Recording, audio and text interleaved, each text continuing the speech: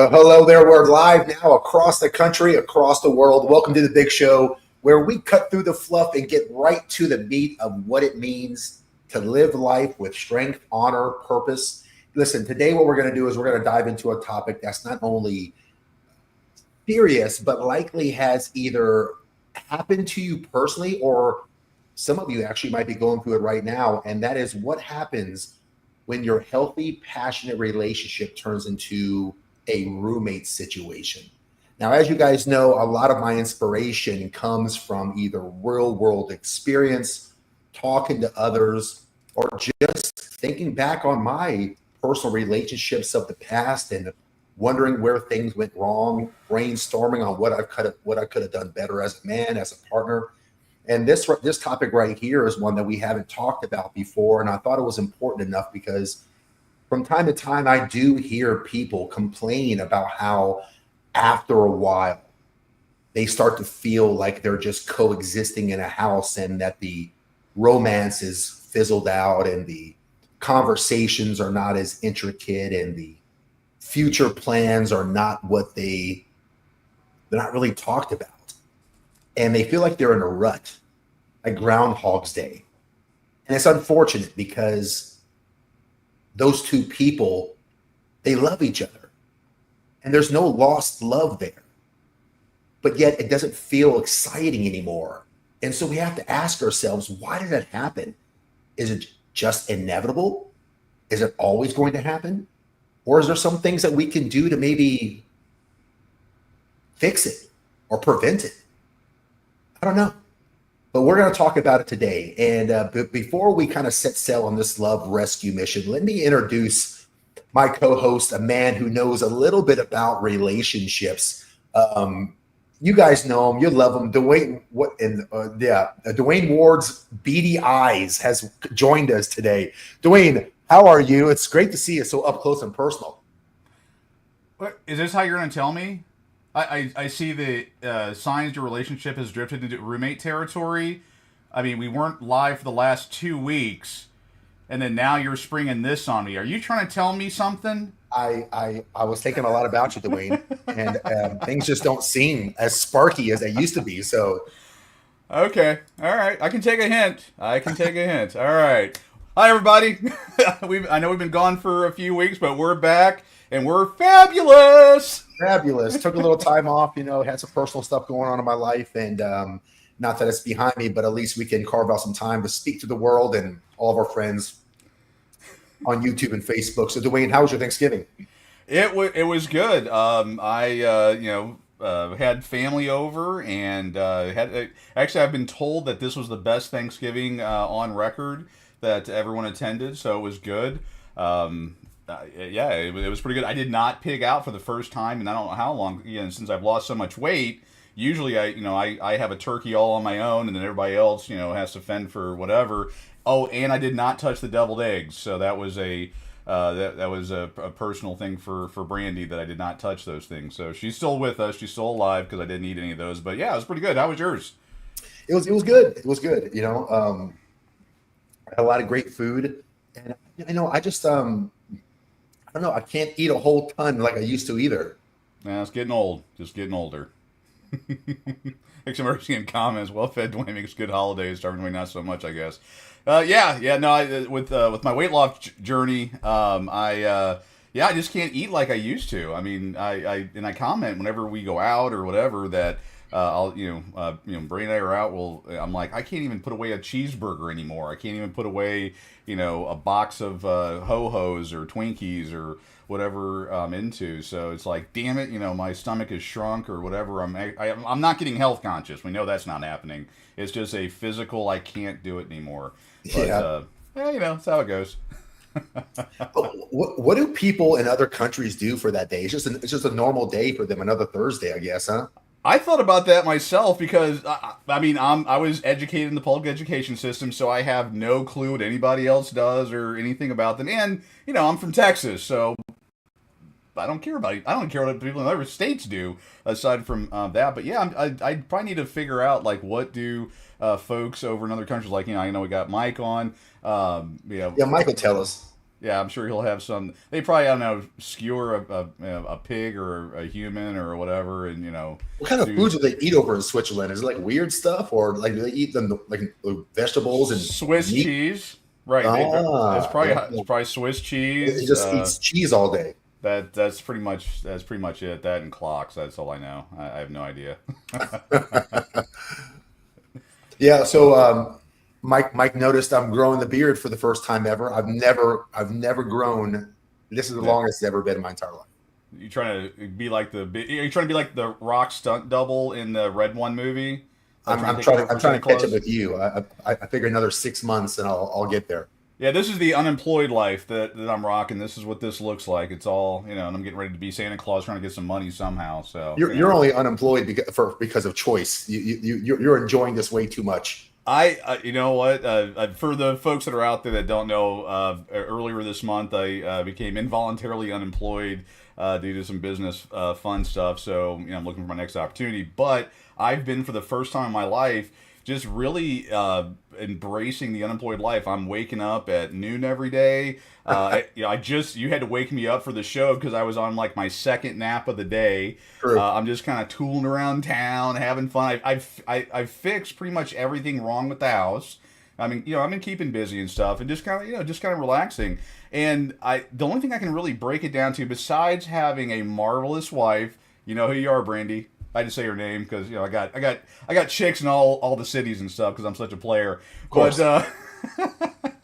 Aside, I mean, having a rock star wife like Brandy, who's supportive. Actually, I got another funny story to bring up, but what was it? But I don't have child support. I don't have all those things, and a spouse that was like, if you leave me, blah, or if you lose your job, I got no reason to be with you, and all that. So like for the first time, I don't have all my kids are grown. I'm still supporting half of them, but they're grown, so it's not that big of a deal. But It's not as pressured as it would be 10 years ago. Yeah. 10 years ago, I think I did lose my job then. I think it was about a decade ago. It was actually right after Brandy met me. Maybe she's the bad luck. I don't know. But I was freaking out. I was unemployed for I think less than a week, and I was already I was back into a new, even better job. And but that's just how I was. But this has been crazy. But the funny thing is, I've descended. My wife, wanted to, marry up or whatever. So like right now, she has an unemployed thief, and I'll tell. Yeah, I know. You went, what? He's a thief. So this is what happened, and we made a big joke out of it. And I'm no longer a thief, by the way. But we went to Walmart early this week because I went ahead and created a vision board. That board right there is my vision board that I keep track of all my job stuff and things I got going on and all that. And so when I was at Walmart, I picked up this little $1.50 dry erase board. And, and I walked out, did my thing, and I'm putting the stuff in my truck and all that. And I went, oh crap, I stole an eraser. And that had been bugging me for the entire week. So Black Friday, I got an 85-inch TV. And you've been to the house, I have an 85-inch TV in my bedroom now, which is awesome, by the way. I'm living life. But anyway, when we went back for the Black Friday sale Thursday night, I went ahead and got an eraser and bought the eraser, and then of course put it back. So my soul is clean now. I'm no longer a thief. But Brandy's really stepping up in the world. She's got an unemployed thief. I'm just waiting for my slides or something to come in at some point. But anyway, all right, I'm taking this way off the whole thing. I was in Costco a couple weeks ago, and I saw for the first time ever a 100-inch TV. I know. I'm going, oh my God, I would love to have that. Brandy is the one like, hey, what do you think of this bad boy? And I'm like, part of me says yes, part of me says no. I mean, that 85-inch in there right now is so big you can't look away from it. It's huge. Yeah. They've gotten really big. A lot better than the 13-inch TVs that I grew up with. Of course, with my eyes, it makes sense, but yeah, we're living the dream here. So I mean, it's one of those. What does an unemployed guy do? He goes out and buys a brand new TV and steals stuff. Sounds like a plan. I remember in the late '90s, early 2000s. You had those TVs that were the deep ones, the CRT monitor TVs. Oh yeah. and I had a really good one too. I had like a 32-inch TV or Nice. 36 inch. I think maybe it was a 36 inch. It was Big ol'. huge compared to Yeah. what you could get back then. But it was so heavy. Like Yes. you lifting that TV was, I swear that thing must have weighed 80 pounds. Oh yeah, yeah. It Those was, things were huge. it was heavy. Yeah, But yeah, these kids today don't know. nowadays you can pick up one of those, 80-inch flat screens by yourself if it wasn't so awkward and huge. That no, I had to have Daniel, the youngest, who's 18. He got put on TV duty because we took the 75-inch that was in the bedroom. That's now in the living room, which is now appropriate for that room. And then I gave him the 70-inch that was in the living room. So we're all TV'd up here. We're all good to go. But yeah, I couldn't. Yeah, I'm getting too old. I can't do it anymore. So yeah, I had to have some help. I've reached that geriatric phase of my life. Well, I'm glad that you had a great Thanksgiving. I'm glad that you have a great, huge TV in your bedroom now. Life I'll is never good for you, leave. man. I'll never leave. Yeah, they're going to like pull me kicking and screaming out of there. But yeah, it's a wonderful life, if you can get it. Dwayne's life is not so bad. I texted him like 4 hours ago. He never responded. So I waited like an hour or two, and I was like, hey, you better not be napping right now. And then another hour went by. Guilty. I called him, and he was like groggy, waking up like 40 minutes before we were going live. He's like, "Oh, my hair looks like shit. I gotta brush my hair, and I'll be upstairs on the monitors." I'm like, "Thank you for joining us." That's right, True here. Story. True story. That's what I do. So let's talk a little bit about the topic of the show, I guess. That is how you kind of can identify and figure out and what to do, I guess, whenever you're in a relationship and it turns into more of a roommate situation than anything. And look, relationships, they're tough, right? I mean, we've all been in one. Oh yeah, most of us are in one right now. And there's a lot of personality conflicts sometimes and feelings and unsaid things and attitudes and whatever, and it can be hard to navigate that sometimes. And relationships are like classic cars. They're beautiful, they're valuable, but they require maintenance. I thought you meant they leak and they backfire, because that would be how Brandon describes me.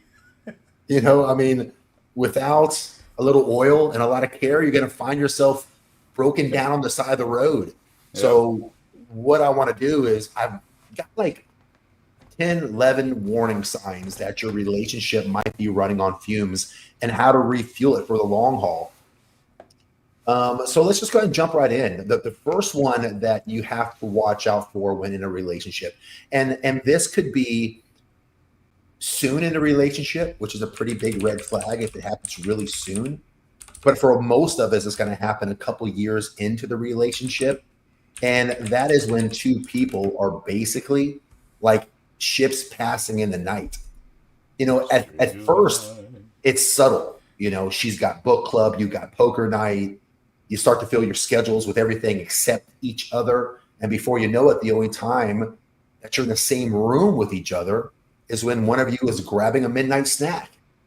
And when you think back to those days when you used to count down the hours that you guys could be together again, it just gets sad, because when just a sight of each other at the end of the day, that was a highlight of your day back in there. That was your entire world. And after a while, to some people, it starts to feel like you're just two passengers on separate trains, heading in opposite directions sometimes. Your schedules are jam-packed with individual commitments. Your social circles are rarely, if ever even they cross paths anymore. Sure, you might call it a healthy independence, and to some it is. Yeah. And there's nothing wrong with a little bit of me time. There's nothing wrong with that. It's actually healthy. But let's not kid ourselves. This isn't independence. This is disconnection. And the shared moments that once formed the backbone of your relationship, it starts to be replaced with polite nods and the occasional "how's your day" as you're passing each other. And slowly but surely, the bond that you work so hard to build is fading. It leaves you feeling like like strangers who just Strangers in happen the to share the night. same address. Exchanging strangers in the night. No, sorry, to just kind of from there. Yeah, I mean, it's funny. Is yeah, I mean, thankfully, I haven't had that happen with Brandy. I mean, again, it's been 9 years. I'm gonna be pretty blunt here. Woman still gives me the chubbies, so I'm all good to go. So, yeah, I mean, but I know what you mean. I mean, my first marriage, we actually lived on two separate floors. So we had a 2-story house, so we lived on two separate floors. So it wasn't even strangers passing the night. Yeah, it sucks when you get to that point, but some of it can be your schedules start getting going in different directions, but then you start different things start taking priority in your life. I mean, sometimes it's normal, kids or commitments or video game time or different things that are going to pull you away from each other, but there should always still be that trying to reconnect and sending those texts and all those little love notes or inappropriate memes or pictures stuff like that to kind of keep things alive. But yeah, if you let it get stagnant, you can it's definitely spread apart. Yeah. And again, I don't want to make it sound like having independence and having a little bit of me time is a bad thing. It really honestly has less to do with physical proximity. It's really more about emotional availability. Yeah. Studies show that couples who regularly spend time together report higher satisfaction in their relationships. And the danger here is that you drift into like these parallel lives. You become more like coworkers who manage a household than lovers who share a life together. So you just want to kind of be careful with that. And if you are going through that right now, you might be asking yourself, well, Jim, how can I fix this? Dwayne, what do I do here? Well, this is what I would say. I would say, start small. Start with like intentional efforts. Plan an evening a week that's just for the two of you. No distractions, no phones. Even something as simple as like cooking dinner together can rebuild a sense of shared experience. Just try to do something together and do it on a regular basis, and that'll help kind of spark that new reaffirmed emotional connection. Yeah, you would say, yeah. I mean, and the activity, funny. I cannot cook with Brainy. Brainy can't cook with me. We annoy the hell out of each other because I'm very process oriented. So yeah. I'm like trying to grab this and make this happen and all that. And she's like, let me help you out because I do it. We joke about it, but it's always like she just wants to take credit, and we make a big joke out of it. Like she'll cook 99% of dinner, and I'll walk up and stir the pot real quick. And they go, yep, I cooked dinner, and she does the same thing. But you're right. I mean, spending some time together. Honestly, I mean, it's funny.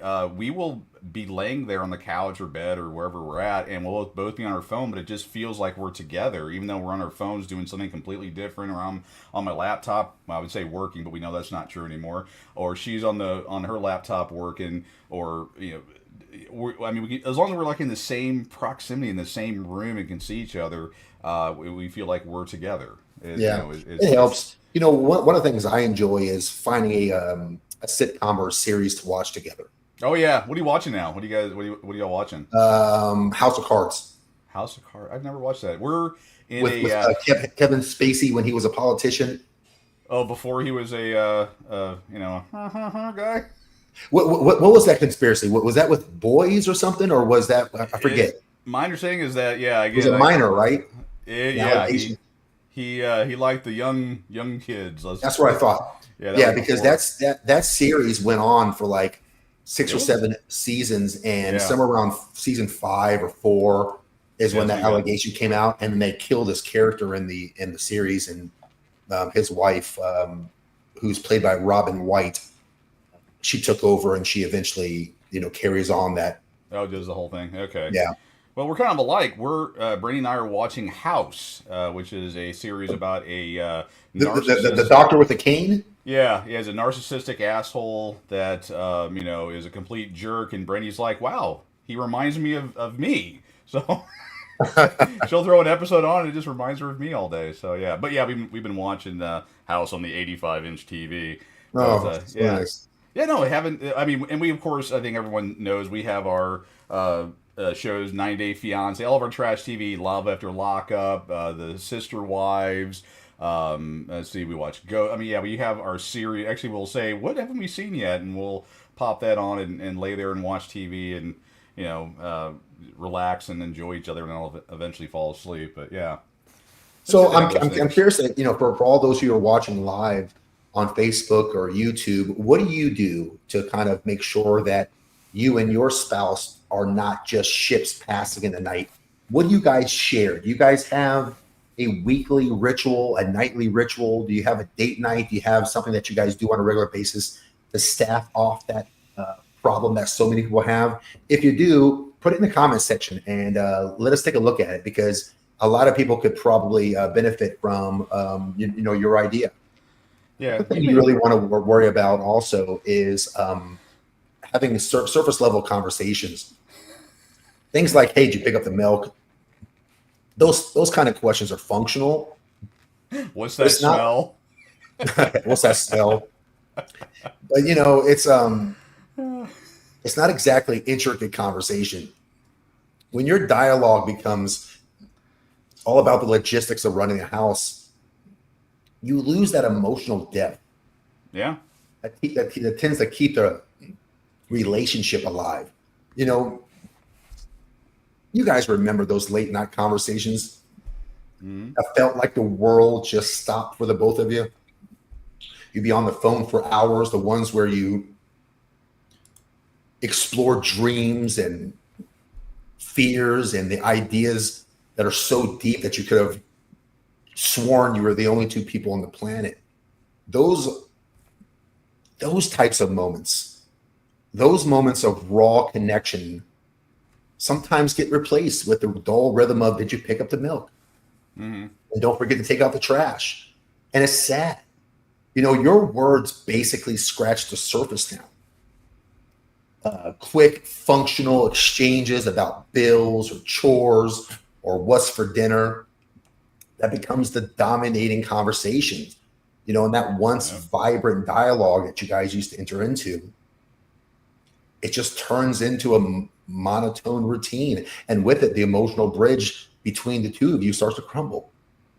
So you want to be careful that when communication starts to lose its depth, it's not just the conversation that suffers.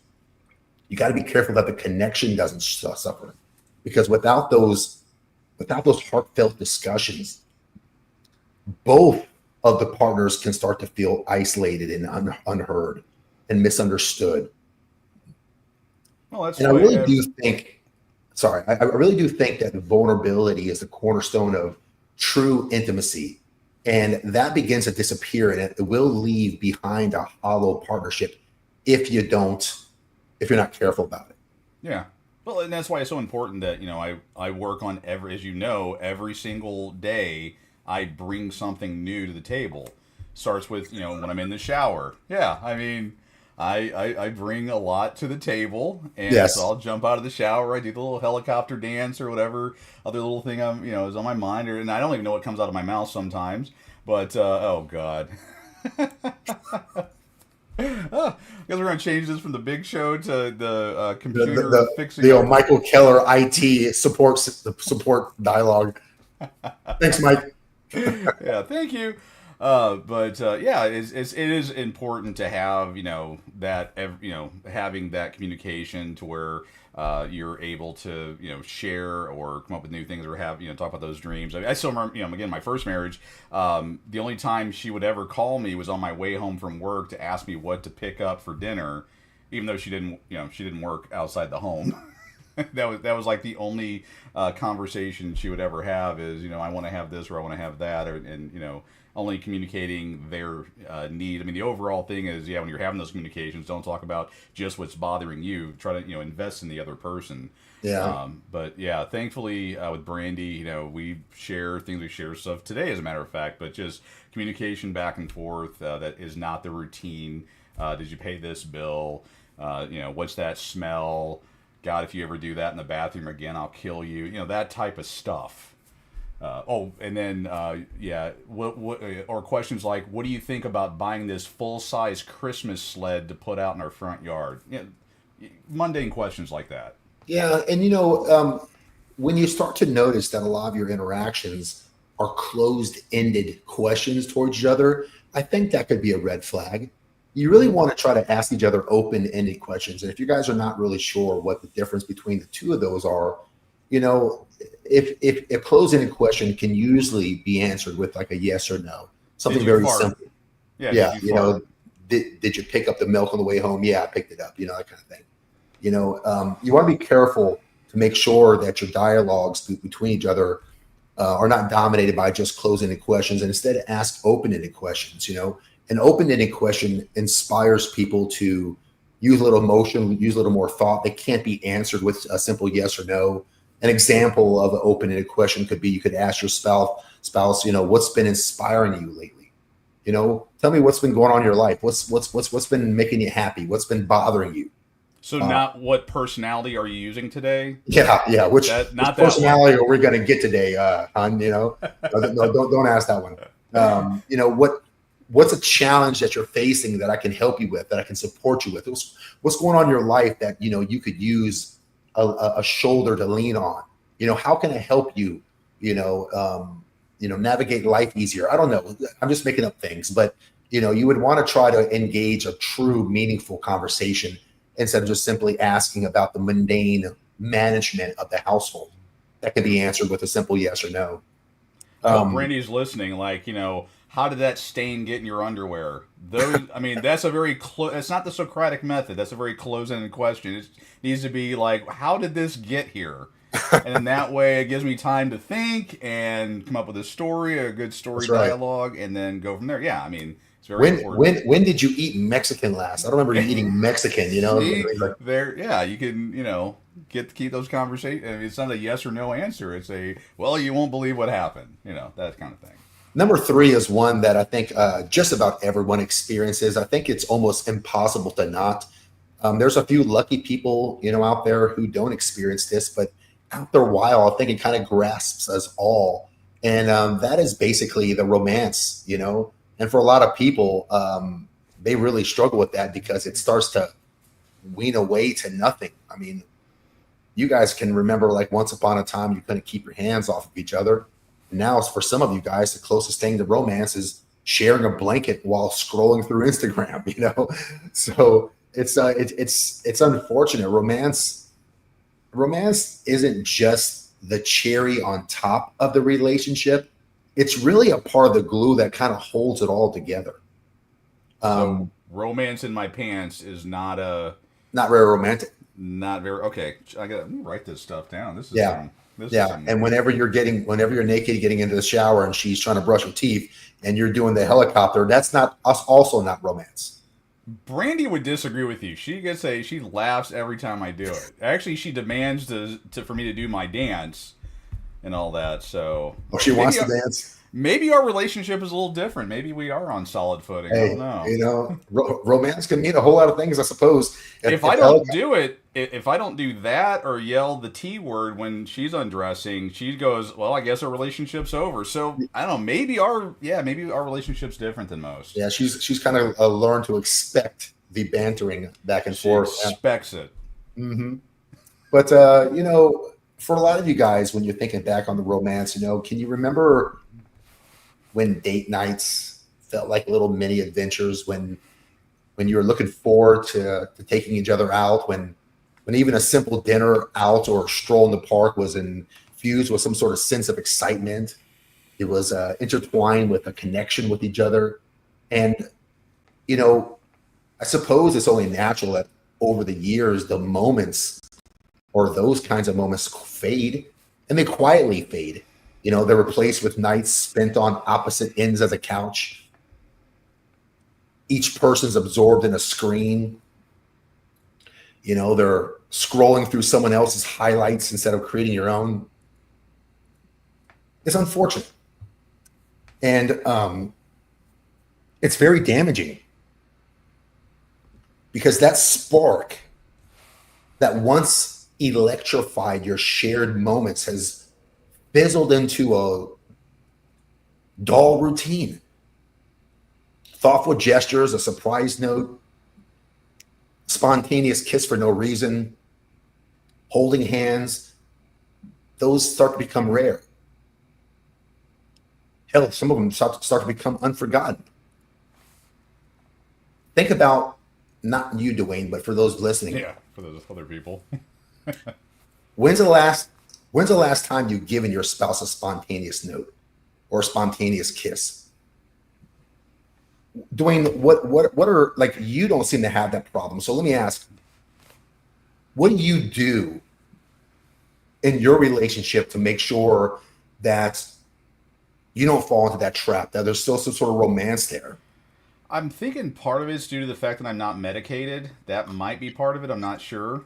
But I always, I don't know. I bring every day. I bring it. It's kind of our joke, but I'm always, making her laugh. Always doing something weird, obnoxious, different. And that's something that she appreciates. I mean, I'm sure there's women out there that don't appreciate it, and they would not be a good match for me because I like doing zany, a lot of tomfoolery and shenanigans, and that's part of kind of who I am. But I walk up to her and give her a Spider-Man kiss, or I'll walk up behind her and flick her boobie. I mean, stuff like that. Or the smacks on the butt, normal.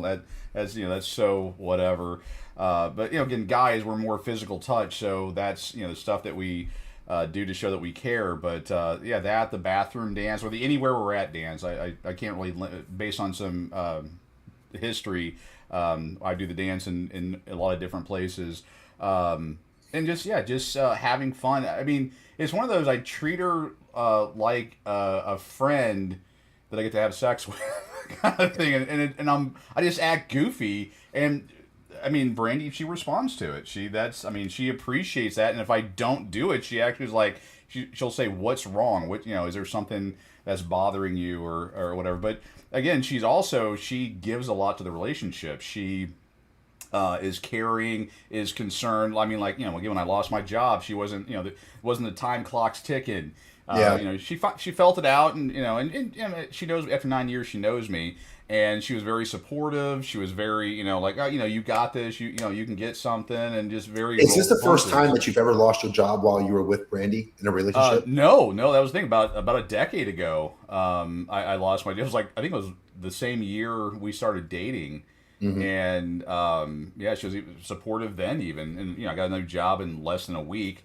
But she was just she was being supportive in the right way. She was encouraging, and that's. Yeah. I hate to say it. I mean, we talk about relationships drifting apart in a roommate territory, and then you'll have guys and girls going yeah, and it's like, you know what? Hold that mirror up to yourself for just a second and go, what did you contribute to this? If you're always bagging on your partner, if you're always putting him down or putting her down, I'm gonna use him because I'm a guy. I'm gonna use the him gender pronoun, whatever.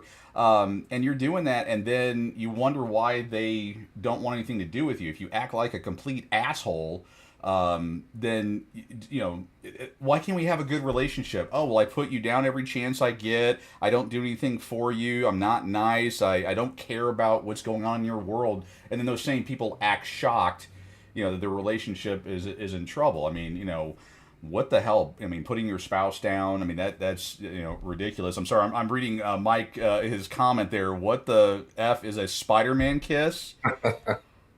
Mike, what the hell is wrong? A Spider-Man kiss. Spider-Man up. Mary Jane was right here. He comes down, kisses her. In our case, my wife is on the couch watching TV. I come up behind her, lean over, give her the Spider-Man kiss. That's the Spider-Man kiss. Keller, dude, what? You gotta, maybe we should do ways to be the adventurous romantic show or something. I mean, and you can apply what you want to. I'm messing with you, Keller. But yeah, that is the Spider-Man kiss. One of many kisses I give my wife. But I don't know. I see a lot. Again, when we had Thanksgiving, so I had a treasure trove of opportunity. Of the people that were around that talk about, well, I can't this, and I can't relate my relationships. It's like, what? Look in the damn mirror. Would you want to date you? Is what right. I get to, and I'm going off on a tangent like I normally do. But when you've got people that are like, well, you got to do this for me, you got to be this, and it's like, that makes you, it makes you unapproachable. It makes you is someone you wouldn't want to have a relationship with. I mean, to brag on Brandy more, she's a very supportive woman. She puts up with all my crap. I put up with all of her crap, and there is a lot. I'm going on the record. And it works out. We have fun with it. We don't. I mean, we have certain topics we don't talk about, certain people we won't talk about, but overall, we keep everything light and fun, and we're both on the same page and going towards the same end goal. And Sure. we just don't have those problems. I mean, some of it's obviously the chemistry's there because she's smoking hot and I'm debonair, but she brings a lot to the relationship. She's not sitting there with her arms folded like, you better take care of me. I expect this. You need to do these things for me. It's like, screw that. Why would you want to date someone like that? Why would you want to be married to someone like that? So you've been married a couple times, right? And you've dated. Ooh, that sounded harsh when you said that. You've been married. No, a couple I don't times. mean it harsh. I'm just being factual. Just for those listening who maybe don't know your backstory. Yeah. You've been married a couple times. You've had relationships outside of the women that you've married. Of course, you're not brand new to it. Not concurrently. I want to get that on the record. Not concurrently. They've all been separate. And you are the creator of the website Pissed Off Parent. Pissed Off Parent. You have social media on Facebook and Instagram and Oh yeah. YouTube. And my point is that you get a chance to see a lot of the problems that guys go through. You've been through yourself. You get to read a lot of the comments that are left. And so you have a pretty good understanding of men. So here's my question to you.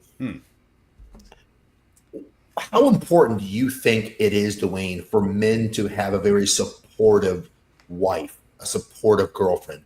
Do you think it's casually important on a scale of 1 to 10? If 10 is the most important and 1 is the least important, 11. Men are pretty much saying that it's a deal breaker, huh? It's an 11. I mean, it's biblical too. Let's talk about religious hour in the Christian faith. Actually, most of the other faiths have it as well. But yeah, it's the health mate. I mean, it's in the very beginning of the Bible. It's throughout the entire Bible. But they need to be supportive, and that's super important for guys because guys. One of the reasons why we don't open up. I mean, God. All these chicks are always whining, and again, this is again my pissed off parent persona. They'll whine about my guy won't open up to me. He won't share stuff with me. It's like, well, let's see. The last time I did, you told everybody, you made fun of me, you blah blah blah blah blah blah blah. Use it against them, yeah. And you're like, and you wonder why guys don't open up. You only get one shot at this, ladies. You only get one shot. Oh yeah. You screw this up, never again will a guy open up to you. And these chicks they sit there like, what do you mean? It blows my mind. But yeah, it's on a scale of 1 to 10. It's yeah. So if you are wondering, how you can kind of keep that relationship from turning into just a bad romantic type of relationship where the romance is gone, I can give you guys a little bit of advice. I would try to reignite the flame by making romance a priority. And it's really tough for a lot of people to do because it's not easy, right? But it doesn't have to be expensive either. Just try leaving a surprise note in her car, plan a walk in the park, give them your undivided attention for 30 minutes, or just remember, it's not about grand gestures. It's about, the convenient ones. I see Dwayne's having some issues. His internet went down. He'll be back in a second, folks. So I'll carry the show while our good friend Dwayne is gone. Isn't that kind of odd that Dwayne is like IT computer guy, but he has the shittiest internet connection? But anyway, so number 4 for everyone listening out there. Number 4 is going to be one that it might surprise you. And some of you may not agree with number 4, and that's fine. You don't have to agree with it. But just kind of keep an open mind, okay? Number 4, let me just get right to it. You got to watch out whenever you stop fighting. No fights is not necessarily a good thing. It can be, but it could also be a red flag. Conflict gets a bad rep. But let's just go ahead and set the record straight here. Healthy arguments, and that's the key. Healthy arguments. They're a sign of investment. Sometimes when couples stop fighting, It's not because you've reached enlightenment. It's because you stopped caring. And oddly enough, the absence of arguments isn't always a sign of a perfect relationship. It could very well be the opposite of that.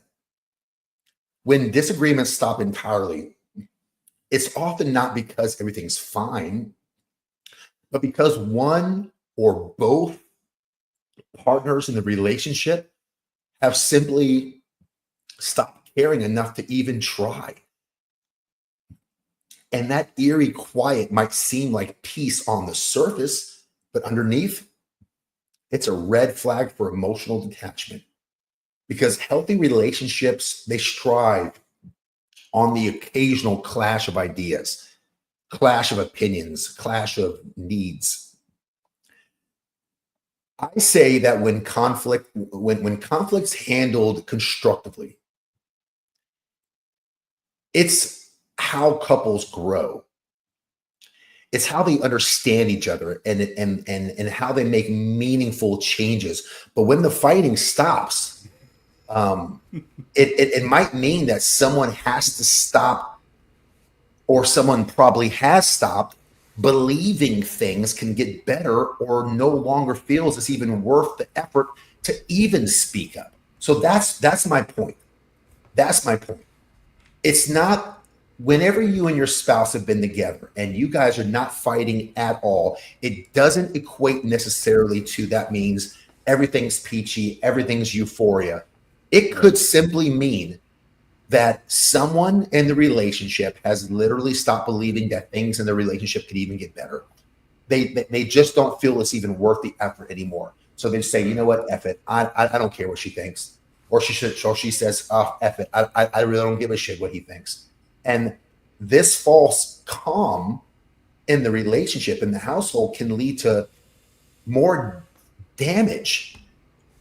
And it can actually, the more damaging, it can be more damaging than having the occasional shouting match. And I'm not condoning having a shouting match. I'm just saying that the quiet is not necessarily a good thing.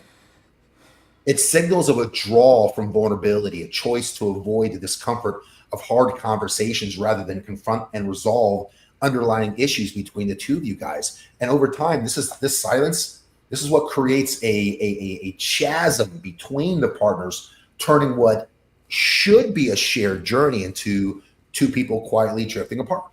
So healthy conflict, and that's the key. Healthy conflict does allow couples to address issues.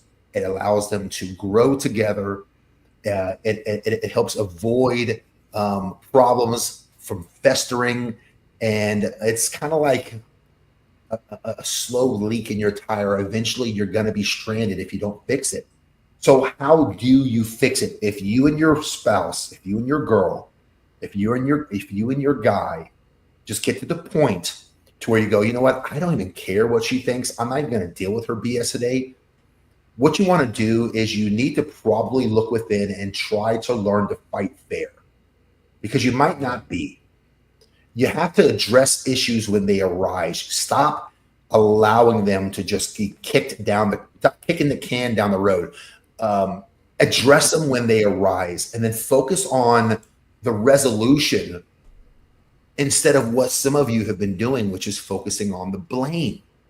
Use I feel statements instead of saying you always accusations.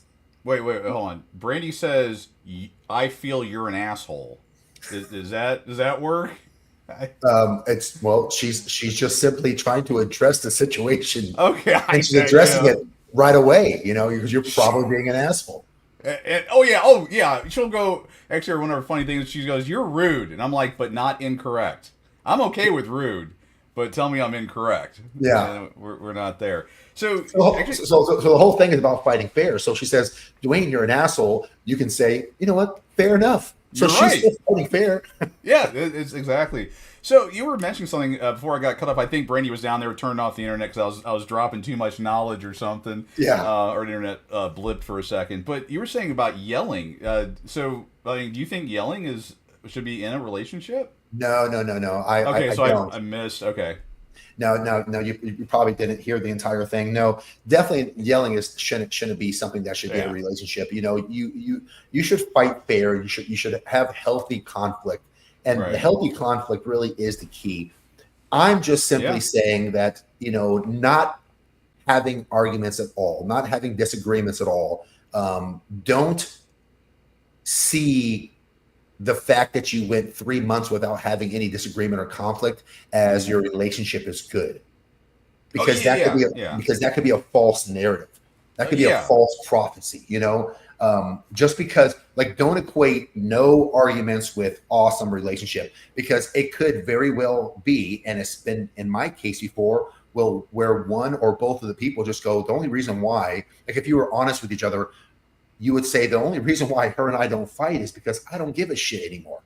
I don't care if she leaves. I'm done with There. her. I'm done with her BS. Or she might be feeling the same way. I'm so tired of having to bring up the same issue over and over again that then, you know what? Let him do whatever the hell he wants to do. I'm done. I don't care. I'm not letting it get to my mental health. Mm-hmm. And that is what I'm saying. So avoiding conflict is not directly a sign of a good relationship. Right. Yeah. So Yeah. I'm saying, hey, no fighting. Oh, you better watch out, tongue in cheek. Right. But there is some truth to it when you look at it in a deeper way. Did Um, Did you talk about how guys were famous for like kicking the can down the road because we don't like conflict? We'll put up with yeah, a lot of crap. And did you say that from my experience, never do that? I did say it, but I didn't elaborate on it. But that's a very good point, though. Guys do tend to kick that can down the road and not really address issues head on. Right. And I do hear often from females that she wishes that he would say something because he never says anything. Right. She wants to know where he stands, how he feels about something. He doesn't want to talk about it at all.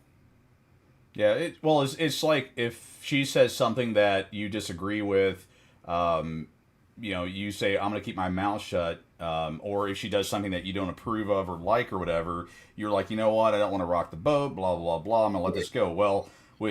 And I'll say this from a guy's perspective, with chicks specifically, and chicks and children, they're kind of the same mentally. But it's basically, that becomes a new line in the sand that they get to cross. Because I would say women and children are both like velociraptors. They are always testing the whatever, and every time you say, well, I'm not going to let her, let's say, you don't want her out past 7 o'clock. I'm just throwing, so I'm sure someone's going to lose their skirt over this one, but 7 o'clock. And she comes in at 7:15. It's like a kid, you be home by 7, and they have a million reasons why they get home at 7:15, and you just go, you know what, I'm gonna let this go. Well, that just got blown out of the water. Now it's gonna become 8, and then it's gonna become 9, and it's just like in relationships where you're like, sweetie, I don't like you posting pictures on your social media. You're in a relationship. I don't appreciate it. Don't post. I just don't feel right about you posting either pictures or provocative, whatever that person's barometer is. And then she goes, "Well, I just updated my, Insta Snap or whatever. It should be okay." And you go, "Yeah, okay. I just don't want to argue and fight." Well, then the next thing you know, she's in lingerie, and then she's in, a teddy, and then that, and then you find out that your neighbor is banging her. I mean, and again, this is for the guys that are sitting there going, yeah. Same thing for the guys. I mean, I always do the whole and I'll go off on these tangents. Live in the world you create. When you have, if you're in a relationship and you don't want your girl going out with her girlfriends or guys or whatever your issue is, and then you do the exact same and you do the same thing, it's like, no, hold yourself to the same standard that you're wanting to put other people to. Yeah. If with Brittany and I had any issues with like our social media, and I was posting provocative pictures of myself, doing all this or whatever, then I have to be okay with her doing the exact same thing, because otherwise I'm a hypocrite at that point. But Sure. yeah, I know I get us. I just in all the years, again, my 52 years on the planet, my 3 marriages, other relationships, kids, the whole 9 yards. I see the same patterns over and over. As these people going, "Oh, the relationship's bad and it's so and so's fault." It's like, no, you either allowed it to happen or you're doing similar, if not the same, activity, and you got to put your foot down and say, "Hey, in order to be in this relationship, these are my things that I have to have, and if you break one of them, I'm out of here, and I'll block your number, and that'll be the end of it." Yeah. But guys, a lot of times they'll be like, "Well, it's okay," and the next thing you know, you're wondering why she's cheating on you or whatever. Anyway, I go off on tangents. That was one of the many. That's okay. Good stuff though. And so number 4, again, just to recap, is no fights, not necessarily good. So Yeah. that little number 4 was mostly for my guys, Yeah. because not always, not all cases, but mostly it's the guys who try to avoid conflict, because again, guys just want peace after coming home from a long day. Yeah. Why would they want to address these things? But guys are also the disciplinarians, so they have to address the children acting up. But also, you got to address things and set boundaries, to Dwayne's point, in your own relationship. And if you just continue to kick the can down the road, it just makes it a bigger task to accomplish, and it's more intricate and there's more feelings involved.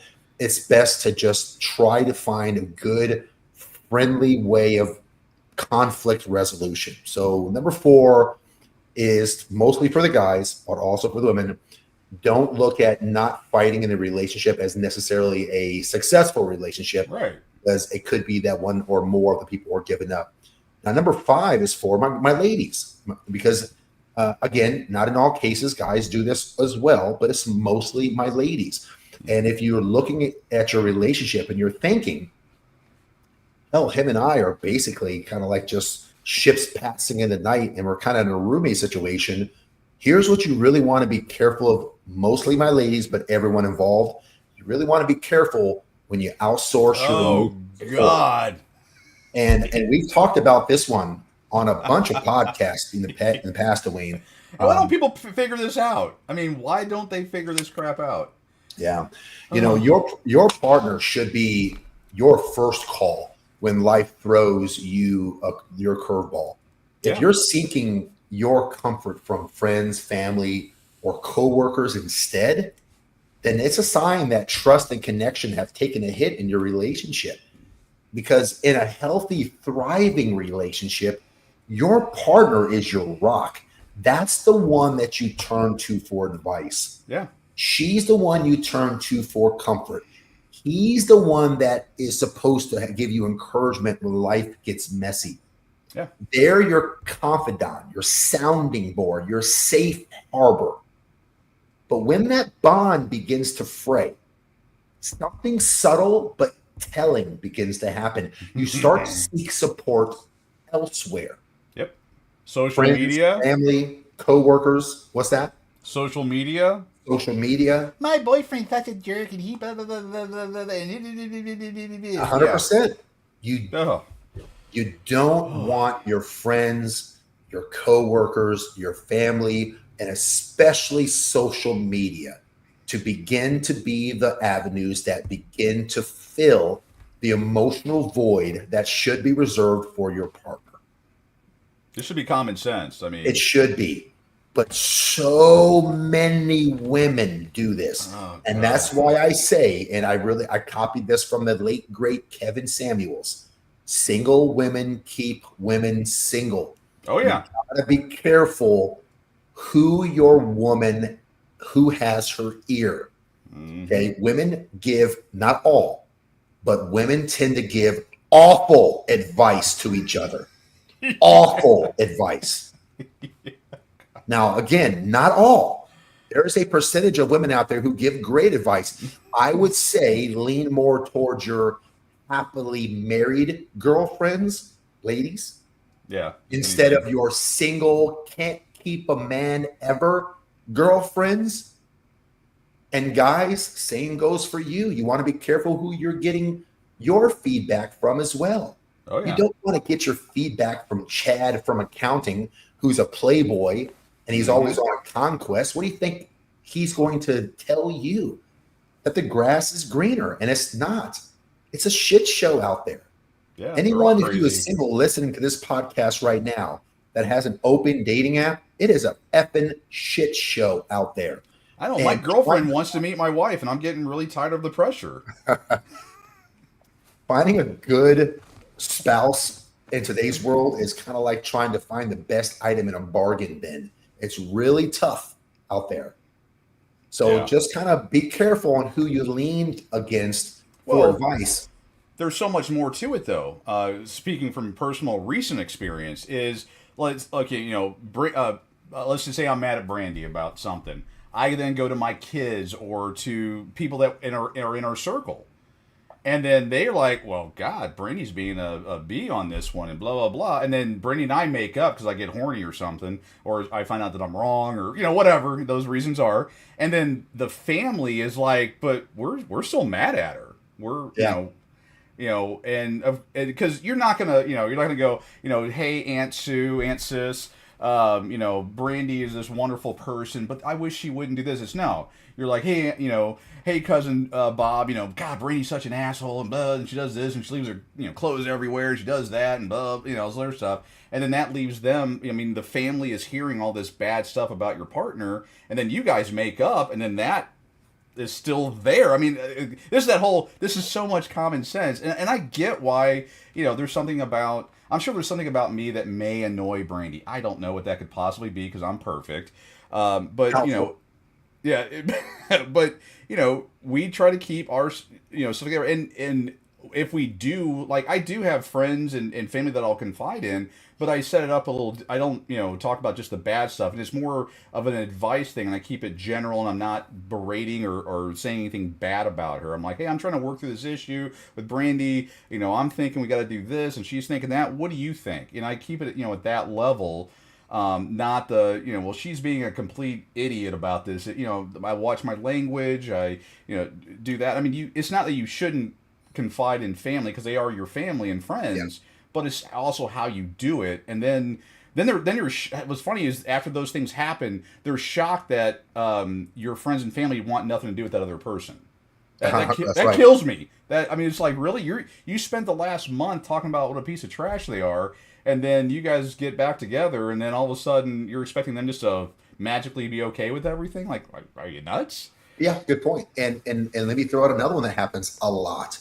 Is after a while you tell so many bad things about your spouse to your friends, family, coworkers, whomever, that they get so disappointed and angry at you that you're still with them, Right. that they make you choose between their friendship and your relationship.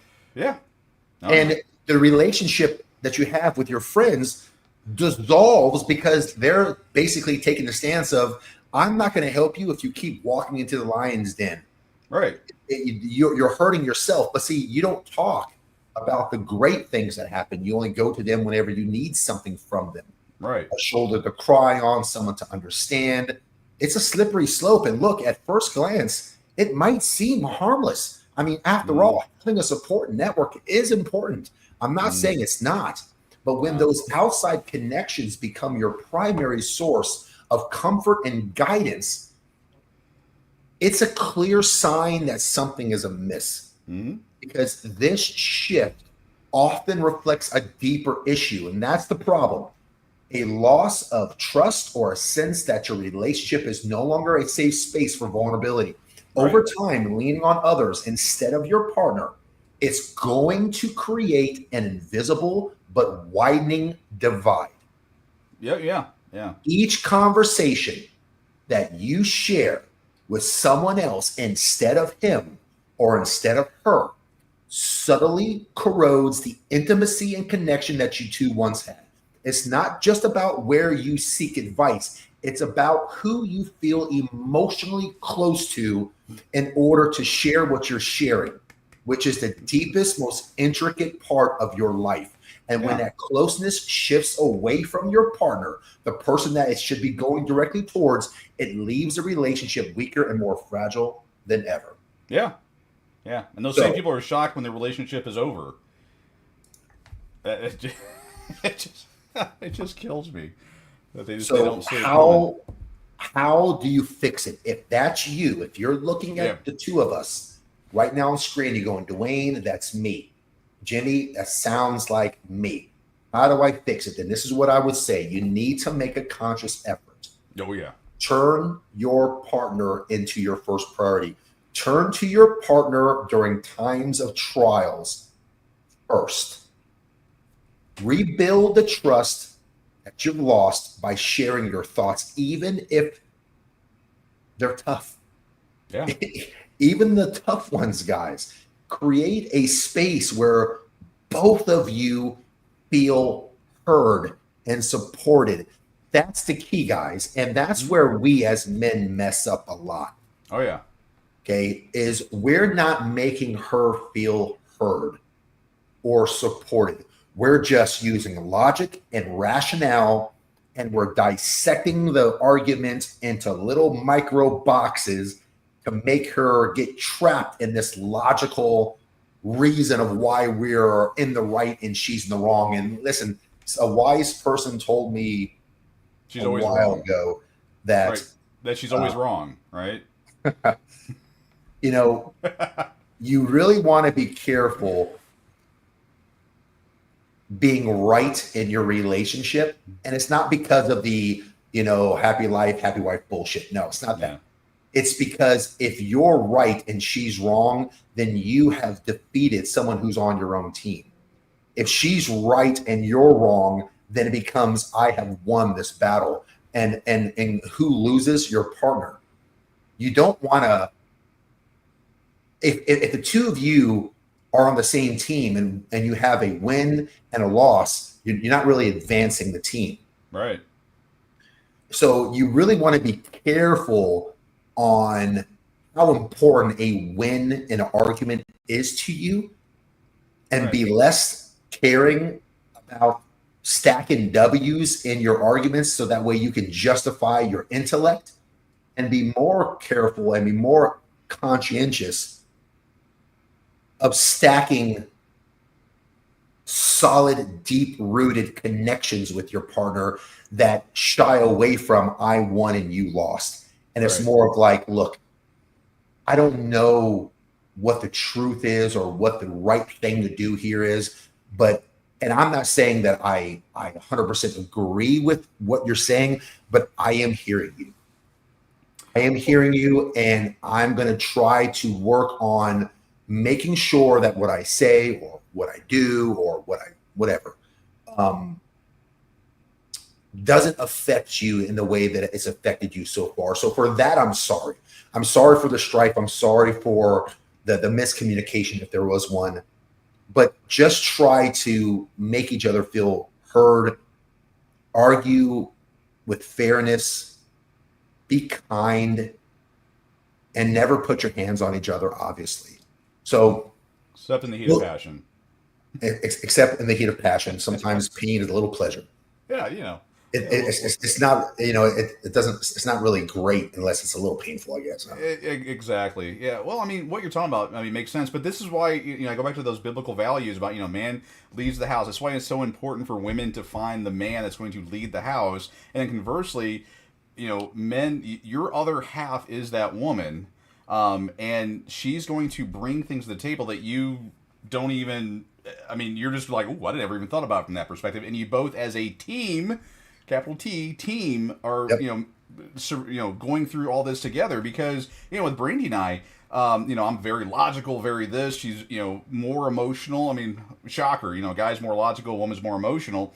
And we'll be approaching something, and I'm like, logic. And she's like, well, have you thought about this? And I'm like, ooh, I did not think about that. Now, in a relationship, I make the, quote, final decision, and I know that gets all wrapped up and everyone gets weird or whatever, but it's how the structure works. I mean, someone has to make the final decision, whatever that is. But, I take everything she says because I value her and trust her and all that, and she trusts me to lead this family. I mean, it's a two-headed thing because someone has to be the CEO. I mean, we've talked about that a billion times, Yep. and but again, that goes back to for the girls out there, you've got to pick the right guy, and then guys, you've got to pick the right girl to then bounce everything off of, and she has to trust you to lead and make those decisions and do all the things in your relationship. And I see so many people, they're like, yeah, I want to get married, I want to be in a relationship, but I still want to do all my own stuff, or I want to I don't like your decision, so I'm gonna go do my own thing, or um,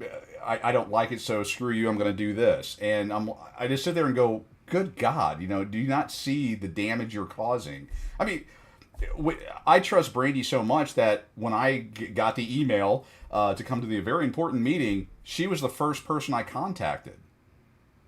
I mean, I would say if you have a partner in life, that's the first your spouse, your girlfriend, your boy, however that your relationship is, that significant other person, the most important person in your world, should be the first person you contact. And again, I'm of course going with bad news. I mean, when I would get a huge bonus, she was the first person I would contact too. Yeah.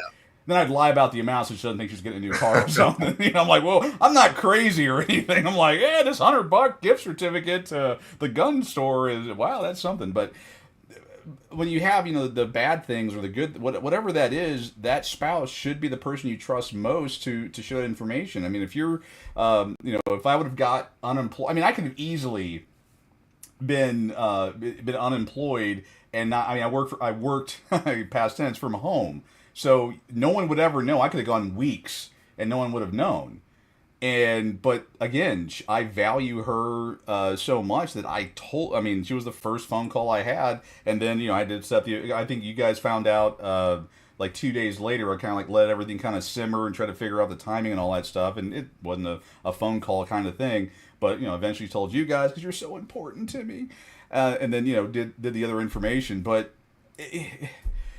I just see in relationships the way it's been, and I know I'm droning on, but these games and all this crap that people play, it's like you guys are supposed to be on the same team, and getting to that kingdom, getting through all this together. It's like, why do you guys got to fight so much? I mean, I've been married 3 times, and with Brandy, and another thing, I mean, when Brandy was on the show a while back, she talked about the challenges she had being with a strong guy like me on how I did stuff. It took her time to learn how to, fight fair. I mean, you heard the stories. I mean, she would start crying, the typical girls crap. Yeah. And I'm like, and again, strong man, it's like, no, that's not how we play this. And then, we walk through it and we, move it forward and all that. And she learned, hey, this is what I was taught. This is what I got from the mothership, from her mom, and her girlfriends and her friends and all their crap. But then she learned, hey, that's not how we do it. And having a strong man in the house, that's how you keep that balance. But I'm really droning on here. Thanksgiving. We've had some interesting Thanksgivings in the past. This one, I went ahead and really took control of it and did the man thing through the whole thing. And everyone said it was the best Thanksgiving they've ever had. That it was just, everything was just awesome and fun. And it was just how it was handled. And that's where the strong man comes into play. Not bragging about myself, but kind of bragging about myself. But that's what guys do. We are the ones that we're the calming voice, the calming spirit. They're the ones that put 5 Christmas trees in the house and stuff like that. I'm sorry, I'm going off on a tangent. Anyway, sorry. Lit up reindeers in the front yard. Oh God, 20 foot. We got, just for everyone out there, we've got 20-foot reindeer, 16-foot skeleton with a candy cane on it. Of course, the tractor and pond. And she wanted to get a full size sleigh. Oh God. Anyway. Yeah. But you bring up really good points. You really got to be careful about being an individual. You got to be really conscious about remaining a part of a team. Mm-hmm. And so that kind of brings us to number 6 out of 11 that we want to talk about today, which is, ways on how you can identify whether or not you're in a roommate situation. And number 6 is whenever the word we becomes the word I too much. Yes. And that's exactly what you were saying, Dwayne, is about how you have to make sure that you're a team. And look, we all know that in the beginning of your life, you're very dependent upon your parents and you're dependent upon whatever caregiver you have. And when you move into independence and you can create wealth for yourself and you have your own apartment and your own car, it's a sense of freedom and autonomy. But when 2 independent people get together in a union, in a relationship, they have to understand that you cannot remain independent, because if you do, then you start talking with the word I instead of the word we. And so that is what we call interdependence. That's a we mentality. That's a team mentality. And you got to be careful how and what you say because language is powerful. And when we turn we into I, it's a red flag. Yeah. Instead of feeling like a team, you start to operate as two individuals. And that bond that once made you feel like an inseparable team now starts to feel more like an loose arrangement between roommates. Right. And that deep sense of unity, the feeling that you and your partner were tackling life as a cohesive unit, has started to fade into memory. And instead, what happens is you've begun operating as two individuals Mm-hmm. who just happen to share a home rather than a shared vision for life. So, when you notice this happening, you'll also notice that this shift shows itself in small but telling ways. You make plans without checking in with your partner, and they do Yeah. the same sometimes. Social gatherings start to feel awkward because you're not in sync. You're unsure of how to present yourself as a couple sometimes. It's like the rhythm of your partnership has gotten off beat somehow. I tell people that say, "Hey, my wife or my spouse, my girlfriend, whatever is blah blah blah." I go, You need to download the free Piss Off Parent app, and there's a section that says preparing for divorce. Click that button and follow it, Yeah. because usually when those statements or those actions are being done, unfortunately, there's no steering that Titanic back around. I It's hate to tough. say it. Yeah, Yeah. it's not impossible, but it's very rare that when that happens, they start doing things on their own, and the I phrase comes out, and all those wonderful things that they end up doing. The writing's on the wall at that point. You need to check out the app and start taking those steps to protect yourself. But Pay attention to what she says. Pay attention to what you say. oh yeah, Those we statements that used to be second nature, like, hey, we're working on this, or we'd love to join, they start to replace themselves with I and you. And it's hmm subtle, but it's powerful. A reflection of the growing emotional distance that's happened. What was once a shared identity begins to splinter, and it leaves your partner feeling isolated and questioning whether the relationship still holds the same meaning that it once did in the past. yeah. And it's not just semantics, it reflects a deeper disconnect where you're no longer aligned with your goals and your outlooks. So you want to be really, really careful. Well, think about it. If I were to say, "Hey, come on over to our house for dinner," or I say, "Come over to my house for dinner," Good point. what does that say? I mean, and even in my relationship, I mean, even though I financially and all that stuff, I take care of the house, it's still referred to as our home. Actually, not even a house; it's home. And that's one of the things I will always thank Brandy for. She made our house into a home, there, and that's something I could never repay any way, shape. There's no way I could ever repay that. But if I were to start saying, "Hey, come over," I got Brandy right next to me. "Hey, why don't you guys come over to my house and blah blah blah." That send those words you're talking about. The words are powerful. That sends a message that you don't think about it as you guys are on the same team. It's our car, my car. I mean, there were that's my sock. I mean, well, Brittany does this crap to me. That's your sock on the floor. I'm like, no, no, no, honey, it's our sock. That's Who the hell ate all the Rice Krispie treats? I think we did it. It We was did it us, together. our together bonding and all that. But no, I mean, I make a joke, but to kind of make a point, I'll hear couples talking, and one will say, and then a lot of them are in second relationships after they've been divorced, they get remarried or new relationship, and they'll say things like my. Not my, your, those kinds of phrases, and I'm like, yeah, that's a little, I don't know, very Yeah, telling. And it's almost like at the best, you guys are gonna be friends that have sex. That's you're not gonna right. ever build an empire together. That's right. The words like ours, and I know there's a whole legal thing. I'm sure people are like, whoa, there's a whole legal side of it as well, and I understand that part of it, and that's a whole other podcast discussion. But yeah, when you hear those phrases, it's my house, it's my car, it's my well. We do okay. I'm sitting here thinking about the problems that Brittany and I have. She will say, "This is my Rice Krispie treat, not yours." and I've had to come to accept that that's her Rice Krispie treat, not mine, even though I made them. But that's a different story. Anyway. Guys, don't forget to like, share, and to subscribe to our channel. If you guys can, if you haven't liked the Facebook page, go to the Big Show by J.D. Smith Facebook page, and please like that. I'm trying to get that over 100 subscribers, because once I get to 100, then I can stream the show live on my Facebook page. But until you get to 100, this platform we're using will not stream to Facebook. It's a new rule back in June. So if you guys haven't liked the pages, please do so. How many subscribers do you have on the old YouTube? Are you in? Haven't checked lately? I don't know. Oh, okay. Yeah, because Pissed Off Parent, it's on all the different major ones, and it's funny how many views I get. Actually, I'm on Rumble now, and I get more views on Rumble than I do on YouTube for like the podcast I did yesterday, and it's just rather interesting how many people may or may not watch, and then even less that subscribe or follow, and that's, as I talked about actually on the podcast, that's how you get this out there, the algorithm, the being able to do different things is the more followers that you get. So yeah, everyone get out there and start get out there and like, subscribe, follow all the different social medias and all that. Let us know that you care.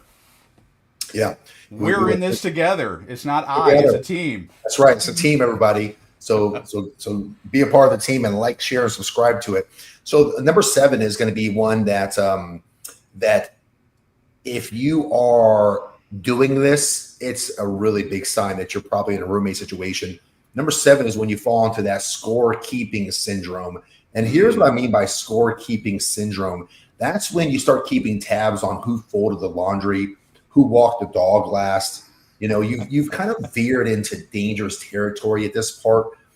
Relationships aren't a zero-sum game, and scorekeeping is going to just foster resentment instead of fostering what you want, which is gratitude.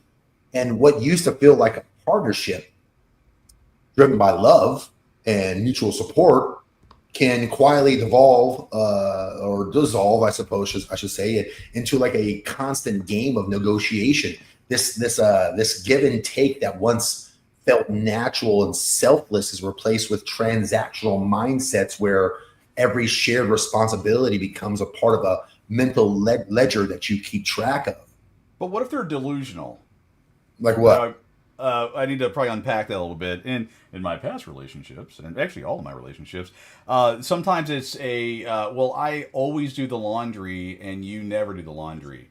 And then I purposely now, because it was an issue in past relationships, but I try not to keep track of it. But then every once in a while I'll get I'll be told, hey, you never do the I'm always doing these things, and it would force me in a way to go back to counting who does it more, because I'll agree that at times someone does more laundry, and then when does that count?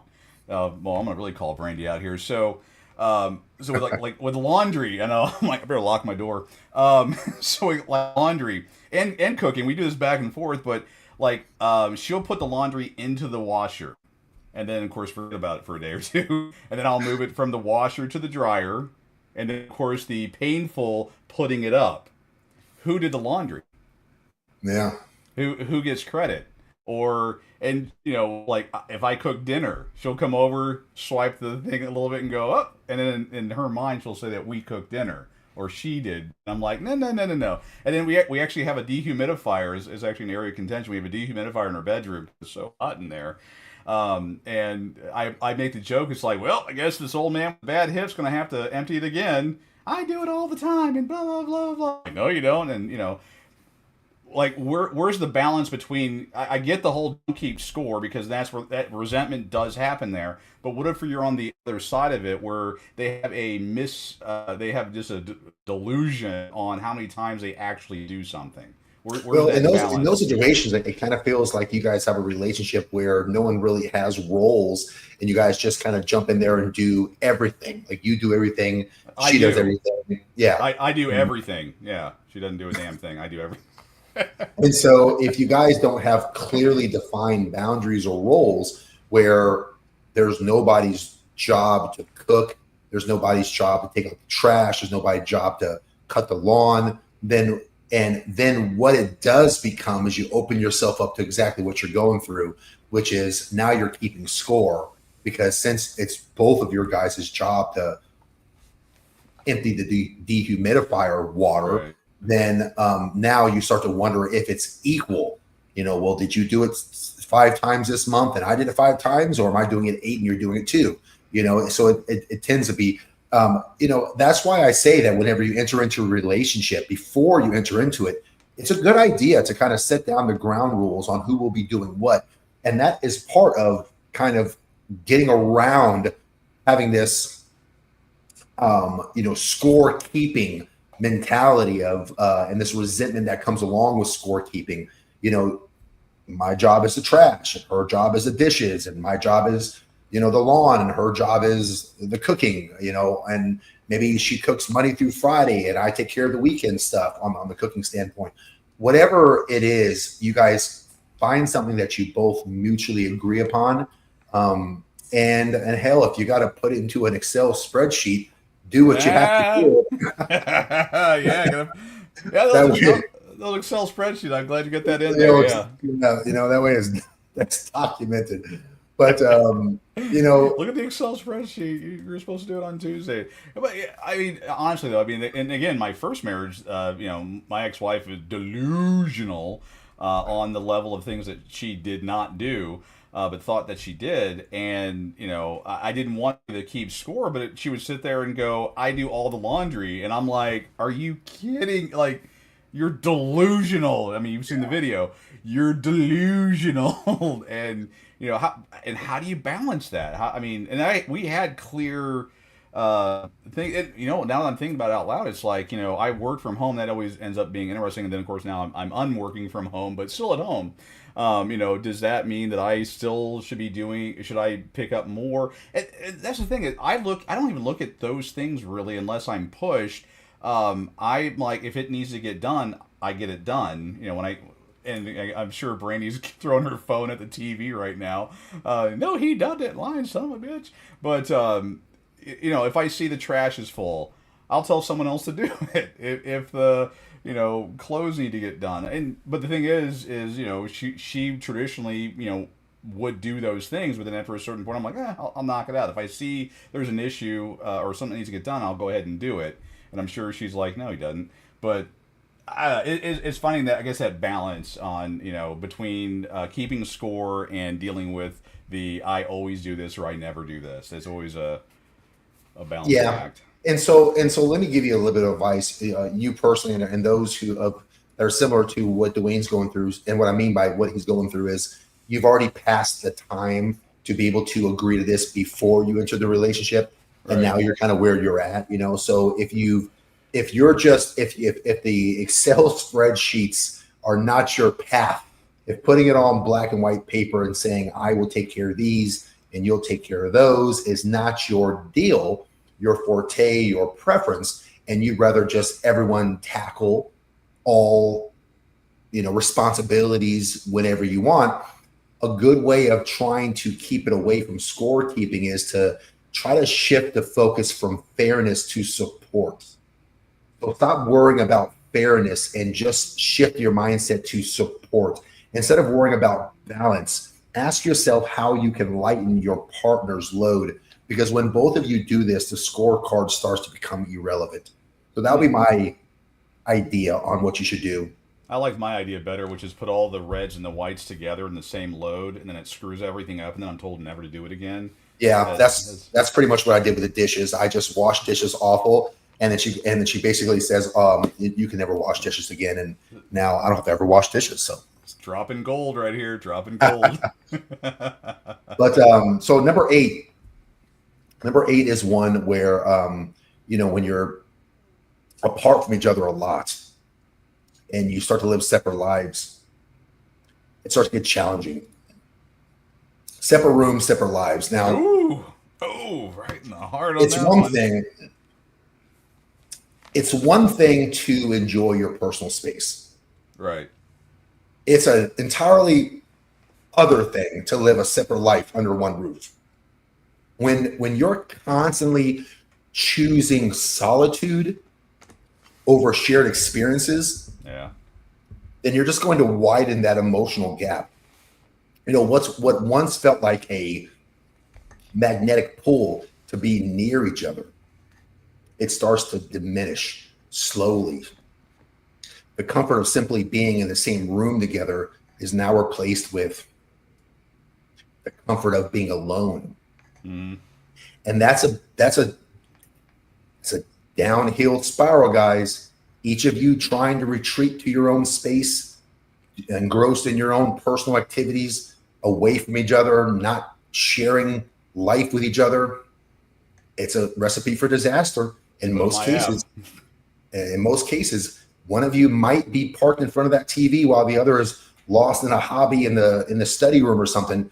And that physical distance between you is more than just geography. It starts to reflect the growing emotional gap that you guys are starting to have as well. Now, it's not that personal space isn't important. Right. Everyone needs time to themselves. That's not what I'm saying.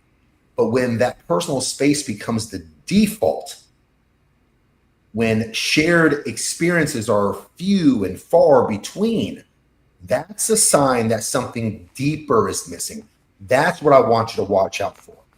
The joy of just being in each other's company without the need for a screen or a distraction starts to fade away. The once effortless connection is replaced by an ever present preference for solitude. That's what you got to watch out for. That was my And first that marriage. growing habit of choosing isolation over connection can slowly build a wall between you and your spouse.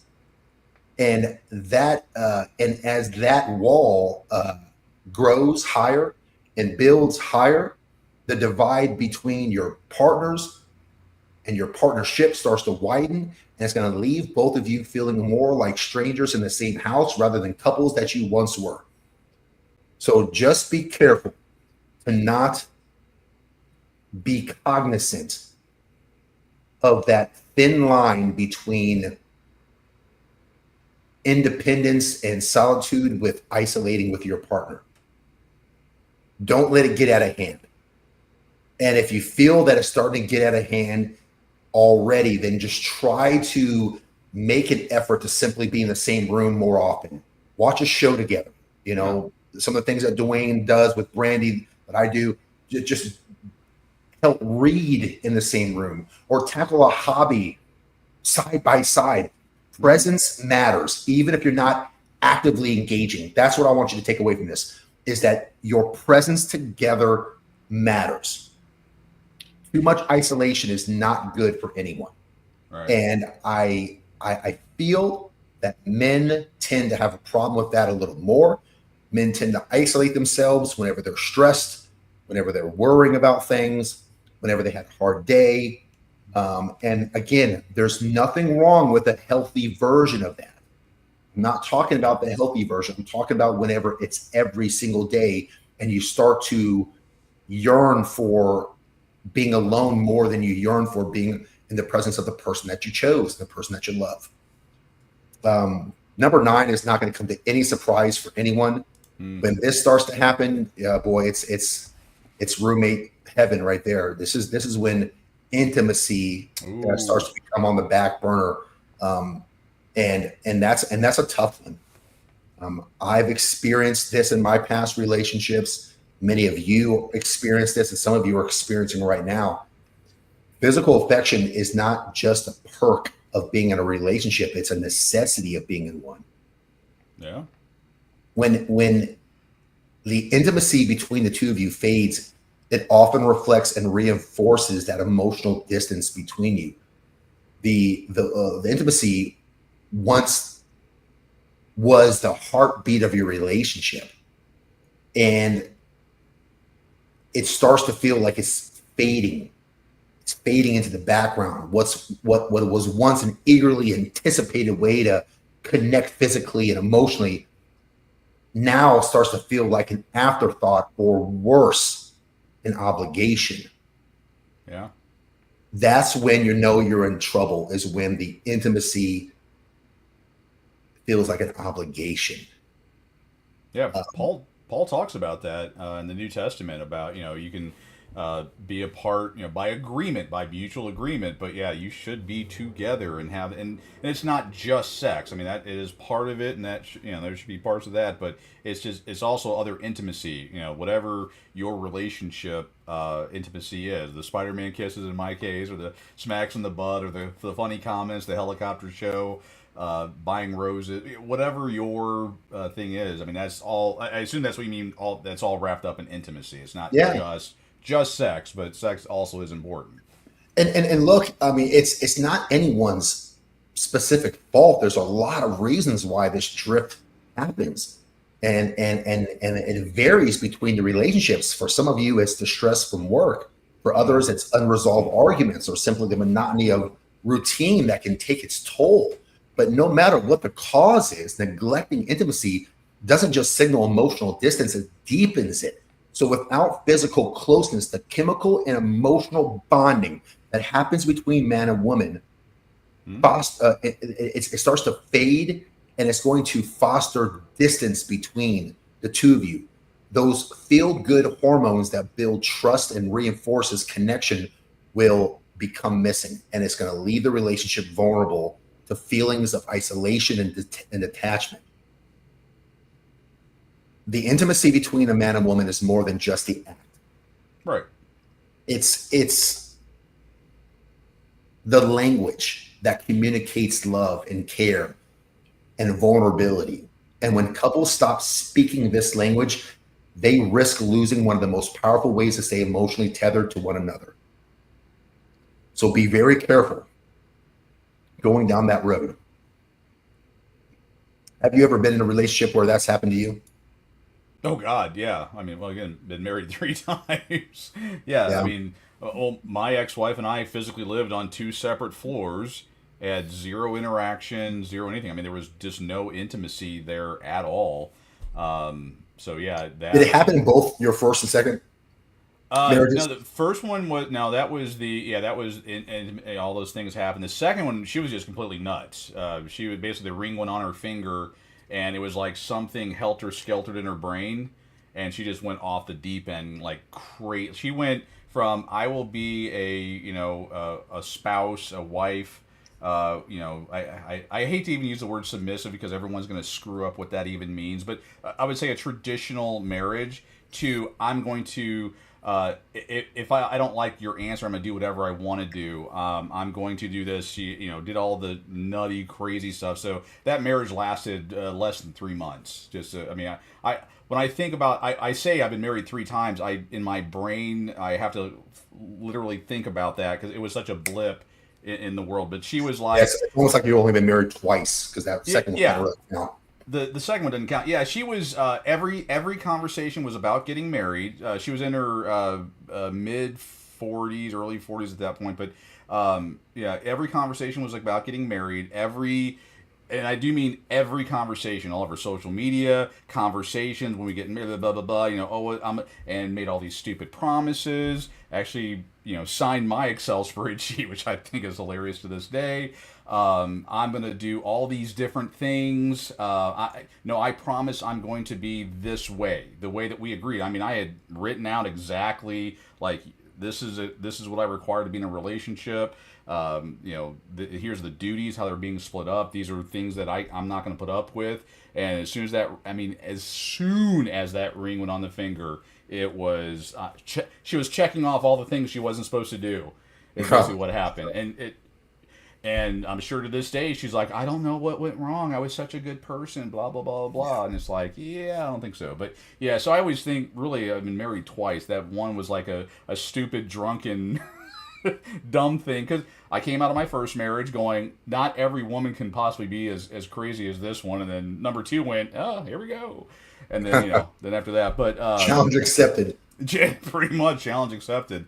But yeah, I've been in where intimacy was a challenge, and when the beginning of the end is when that happens. I mean, if they don't want to be around you, they don't want to be they don't want to have that intimacy with you, being around you in the same building, on the same floor, whatever, and it's over at that point. And I would argue I wouldn't.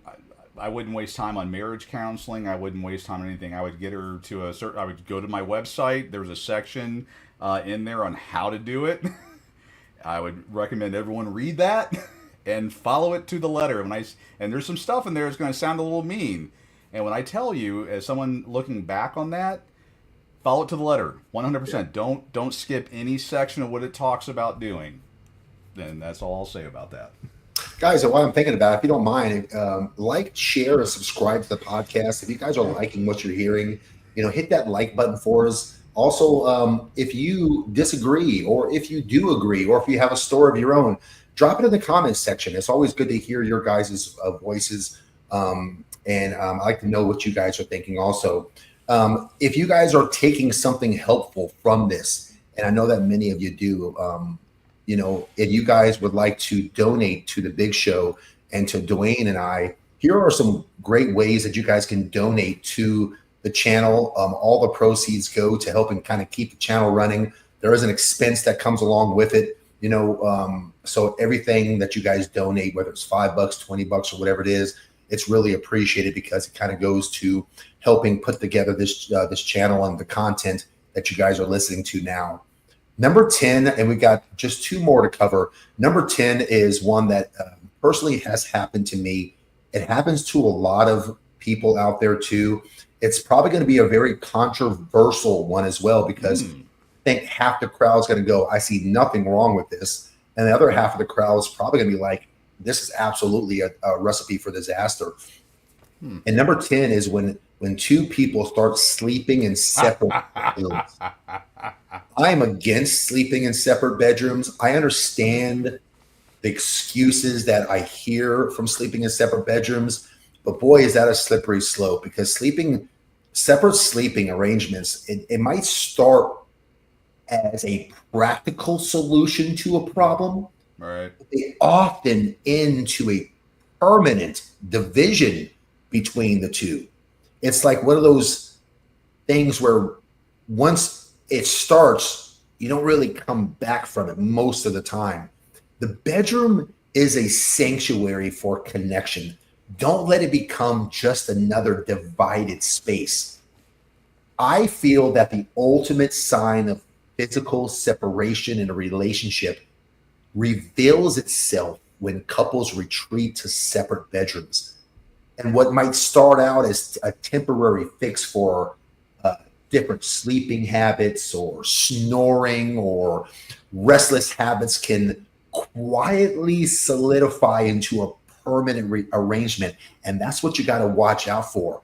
And while it might seem practical, this shift comes with an emotional cost that's very hard to ignore. The bedroom is not just a place to sleep. It's a shared space. Dutch ovens. Ovens can't happen, Exactly. Kicking someone in the kidney. Boston Steamer, the Boston Steamer or whatever it's called. I don't know what it's called. Yeah, I don't know about that. I don't know. Well, Keller came up with one that I'm thinking about. One chooses to sleep on the couch, the kind of separate room. And obviously, the implication there is you got into an argument and stuff, and he hurt your feelings, so I can't sleep with him. I mean, you already know my thoughts on it, but what are your thoughts about? Yeah, you get into an argument with the better half, and she grabs her blanket and goes, "I'm sleeping on the couch," or even worse, you go, "I'm getting the blanket, I'm going on the couch." What? Even a one-nighter. Me, I'm like, deuces. Go sleep on the couch then. Like, I don't negotiate with terrorists, Dwayne. Okay. So, okay. But, in a perfect world, though, like, here's the reality. I joke, and yes, it's happened to me where I've slept on the couch or she slept on the couch. It's happened. But the truth is that neither one of you get any sleep at all that night, because all you do is think about the other person in the other room. And it's hard to shut your eyes and fall asleep, have any kind of quality sleep whenever you're upset, and you can feel that distance between you and the person that you love. I think it's a bitch move, personally. That's just me. I think, well, I mean, in some ways it is. I see your point. And depending on the situation, it might be a very smart idea. Temperatures might be so heated to where it's best to just, remove yourself from that situation before shit gets out of control. I think in most situations, though, you can probably work it out. It doesn't have to get that far. I don't know. I'm just like I'm just so angry. I'm gonna go sleep on the couch. It sounds it's just such a to me. It sounds like a tantrum, don't it? Yeah, it's like you're 12 years old and Sure. I can't be in the same room with you because blah blah blah. It's like shut up. I mean, Fair really, point. yeah. Of course, that goes along with if you're having mature conversations and mature disagreements and you're working through them. You shouldn't go to bed angry. I mean, if you're that upset over something, either get the hell away from each other or get over yourself, kind of thing. Yeah. Fourth week, just don't put any don't have any knives or firearms anywhere close to each other, and all that. Yeah, I don't know. I've heard of other people. I mean, well, my first marriage that happened, obviously, but it was. I just looked at it as such a bitch move. I mean, it's like really you can't. I can't be around your person. They I can see your point. I really can. I can. Looks like Jimmy, you're getting red. Is there any? Were you a bitch in any relationship on this one? No, I mean, there's oh been God, times, no.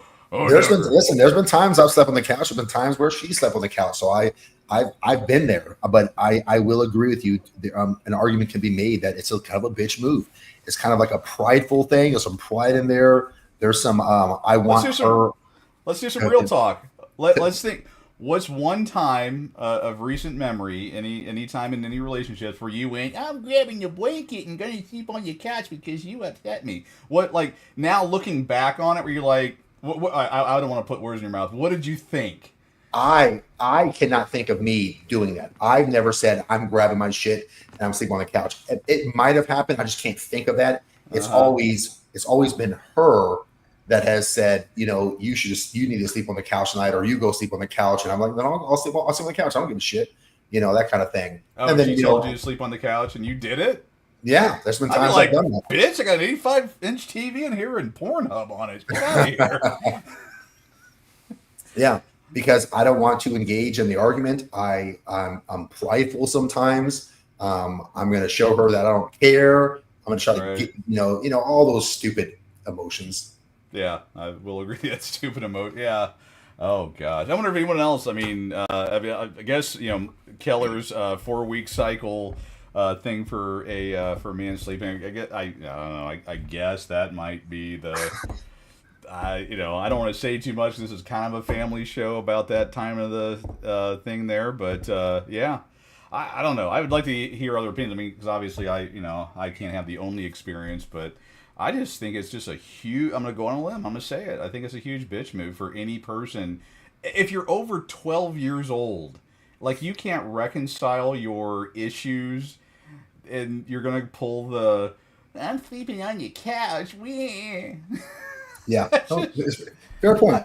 I mean, when I was super fat, there have been a few times, Brandy's like, I gotta, sleep on the couch because you sound like you're sawing logs and all that, and that medical reasons, I know you were kind of talking to that, but I can, she's like, at 3 a.m. after listening to you, snore out of both ends for the last 4 hours, I have two choices. I'm going to put a pillow over your face and suffocate you, or I'm going to go sleep on the couch. Totally get that, but and I assume kind of what you're getting at is the two people get so angry that they just can't be in the same room together. I don't know. It's so childish to me. Yeah, fair enough. My point was, it's a slippery slope whenever you say, okay, well, he snores, so I need you to sleep in another room. I can understand, why that could be a good temporary solution. But here's the problem is that it's, over time, the divide between the two of you grows deeper, and separate sleeping arrangements can inadvertently signal emotional detachment. And that's what people don't see. They don't see that long-term ramifications of it, leaving one or both of you feeling isolated and feeling alone, even when you're under the same roof. So without the subtle but profound connection that comes from sharing a bed, the relationship risks feeling more like cohabitation than it does really a partnership. And that's what you got to watch out for. So, Well, and it ends arguments. I mean, like Brittany and I, we've gotten mad with each other, but we haven't slept in separate rooms, whatever. We're both laying there. You see the silhouette glistening off my chest and everything. She can't resist that, and the argument's over. Hard to resist. It's impossible. She sees that hairy chest and everything, and the rippling muscles, the pot belly and everything. You can't. Yep. She just You got goes weak in the one knees. hand behind your back. Oh yeah, knee up. You're like, hey, what's up? Yeah. The argument's But over before it starts. there are some people out there that have conditions, circumstances that kind of force them to sleep in separate bedrooms, or both parties really prefer it. There are some. I've heard that people actually prefer to sleep in different beds in different bedrooms. And so if you want to try to keep the emotional connection from fading whenever there's a preference or a need to sleep in separate bedrooms, then my take on that would be that if the separate bedrooms are a necessity, then just try to find other ways to create physical closeness. Cuddle on the couch, spend time together before bed, just anything you can do to try to maintain that sense of intimacy.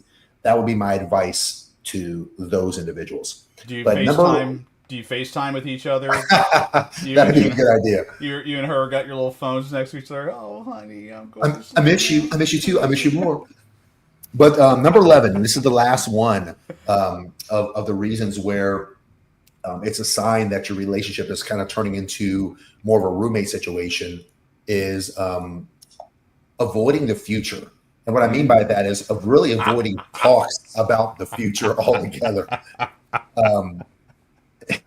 So if you've noticed that the conversations about the future have dried up, that's a sign that you're avoiding uncomfortable truths. Or you're a lack of vision creates a sense of limbo that's really hard to escape. Can I go on the record here, Brandy? He did not confer with me one bit about that item about the future. Is that an inside thing? Well, all women don't look to the future at all, and we've had conversations. That's all we think about is like 5, 10, 15, 20, 30 years down the road. Where are we going to be in this amount of time?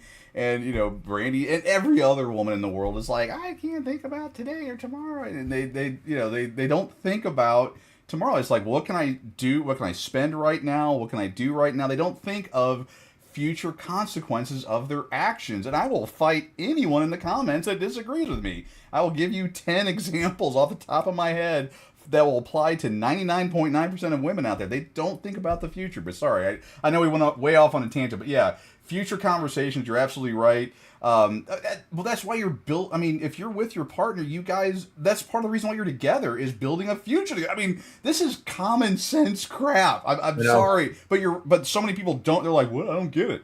You guys should be building for the future. Hey, in 10 years we're gonna have the house paid off. In 15 years we're gonna have this. And in 2 more years I'm gonna be in diapers. We gotta figure out where at Best Buy or wherever to get my diapers at.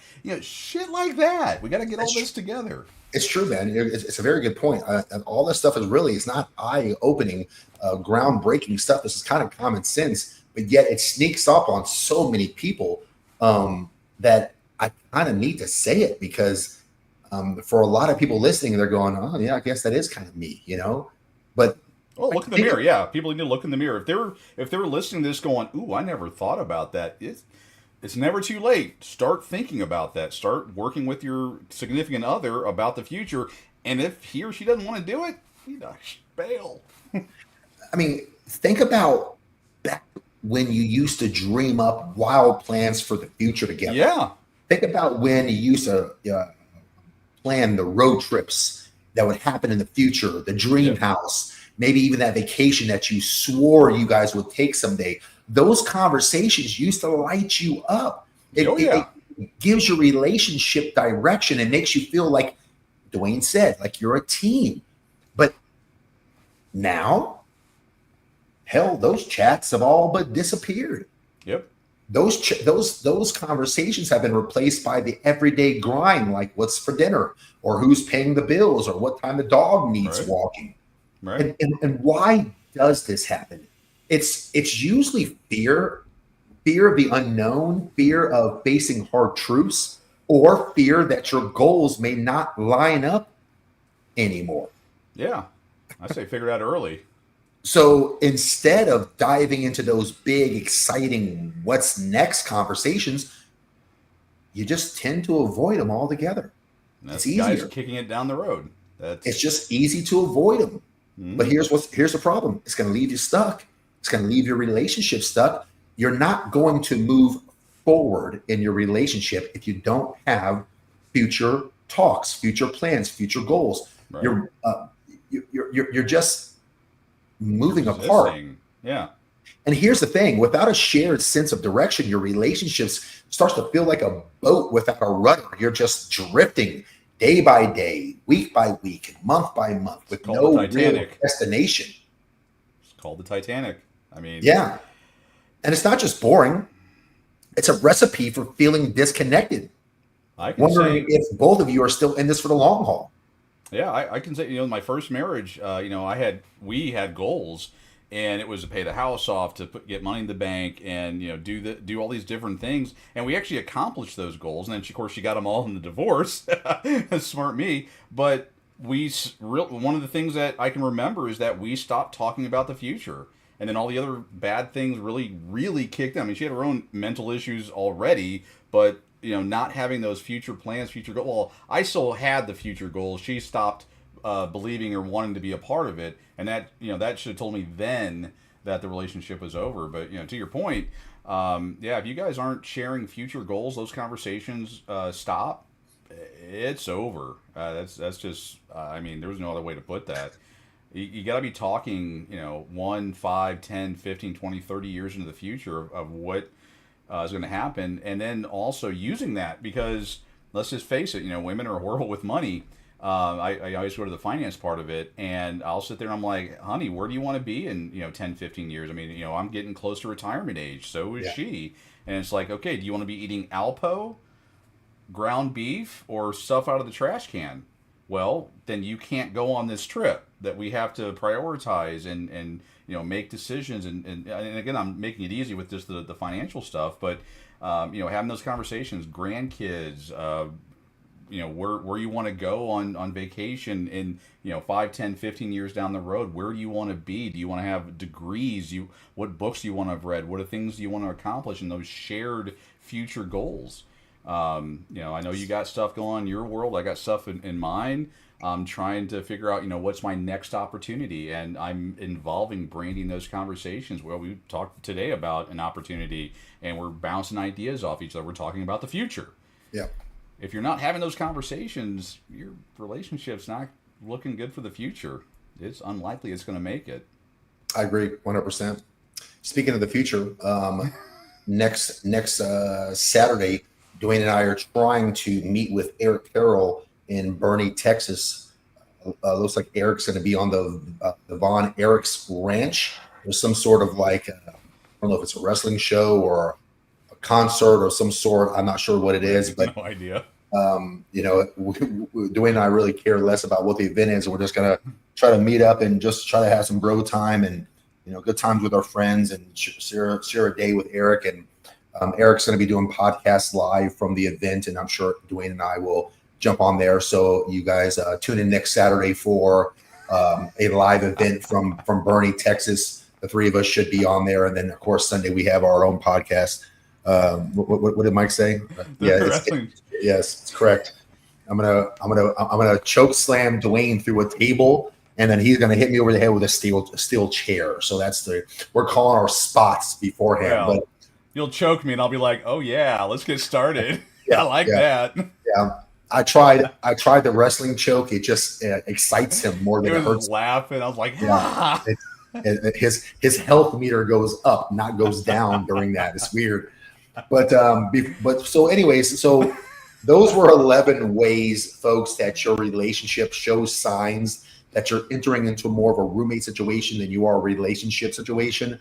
I hope you guys took something out of that. Again, please like, share, and subscribe. If you know someone who's going through that same situation, share the podcast with them. Subscribe to the channels, and if you guys, feel like you have a couple bucks you guys want to donate, there's ways to donate as well. So we always appreciate it. But Dwayne, before we go to final thoughts, did you have anything that you wanted to add? No, I mean, a lot of comments in the comments section. Yeah, I think Lance nailed it. Communication and understanding is important. Cooperation is key, especially when others don't have the ability to make decisions. Yeah, I mean, I'm always wanting to see the best in every relationship, but there's also that, the part that you can play. You can't control what other people do, but you can control how you respond to it, your part in it. If you're, if you're pointing one finger at someone, three are pointing back at you.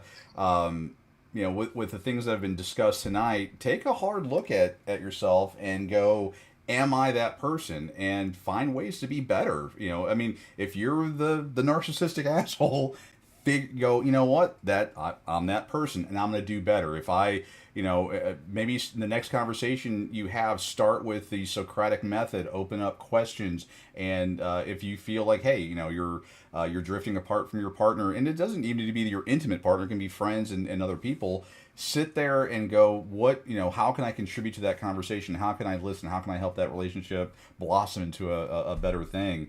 And then, of course, like, share, subscribe, and all that fun stuff. But yeah, that was kind of it. I was actually looking at part of it about the, having you and I do a wrestling match. Yeah, I was going to say, who would win? Michael Keller. I'm booking you a plane ticket to Texas. I'm taking Mike on my team as Jimmy Smith and Michael Keller versus Eric Carroll and Dwayne Ward for the tag team titles. Okay, me and Mike are going to be dressing up in our white suit jackets. That'll be our in-ring outfits. You guys can dress up as Transformers and GoBots or whatever hell you guys do. Well, wait, no, because Eric's got a bum knee. He can barely walk. I got a blown out hip.